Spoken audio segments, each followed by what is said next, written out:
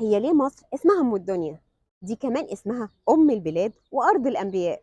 مصر من أكبر وأقدم الحضارات في العالم، علشان كده مصطلح أم الدنيا يرجع لأسباب تاريخية ودينية وعلمية كمان.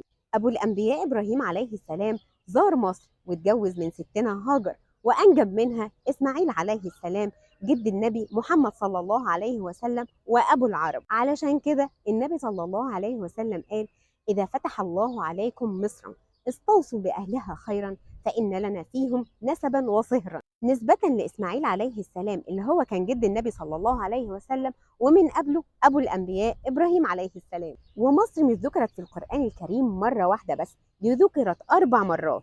وفي مصر رب العزة تجلى وكلم موسى عليه السلام بالوادي المقدس. ولما هرب المسيح عيسى ابن مريم وأمه من بطش الرومان، جم مصر وعاشوا فيها.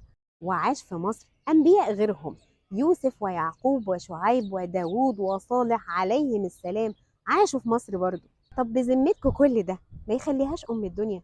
تعالوا بقى من الناحية العلمية.